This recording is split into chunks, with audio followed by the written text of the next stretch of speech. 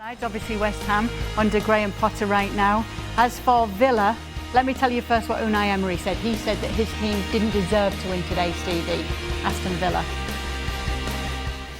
I'd love to know the context of how he said that, because I think it's important.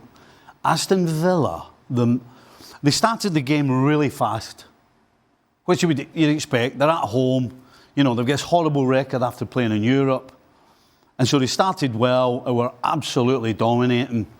Should have been more than one, but didn't quite manage it.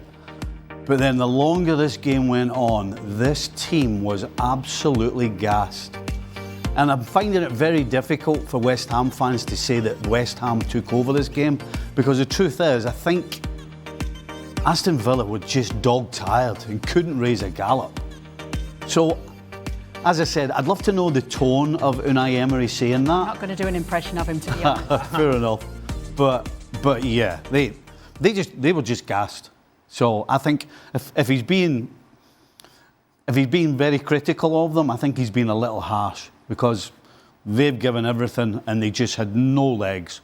From back, middle to front, they were all gassed and hanging on at the death. Nevertheless, signs of improvement for West Ham under Potter, Jules?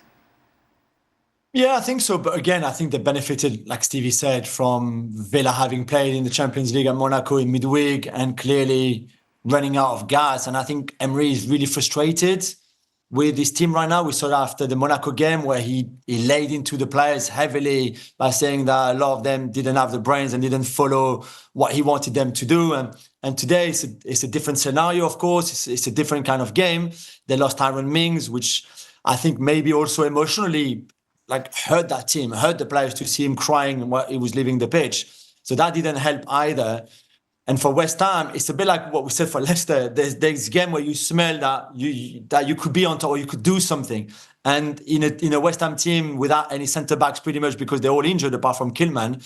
And I think that you saw Soufal playing as a centre-back, and on the Ramsey goal, you saw why he was a full-back and not a centre-back. Because by the time he realised where the danger was, the ball was at the back of the net completely. So for West Ham, it's a really, really good result away from home. And they got no strikers, West Ham. Kudos started up front, and then they ended up with Paquetá playing centre forward. So they got no centre backs and they got no strikers. So is that a problem? I think it is a little problem. I think it could be, Ali.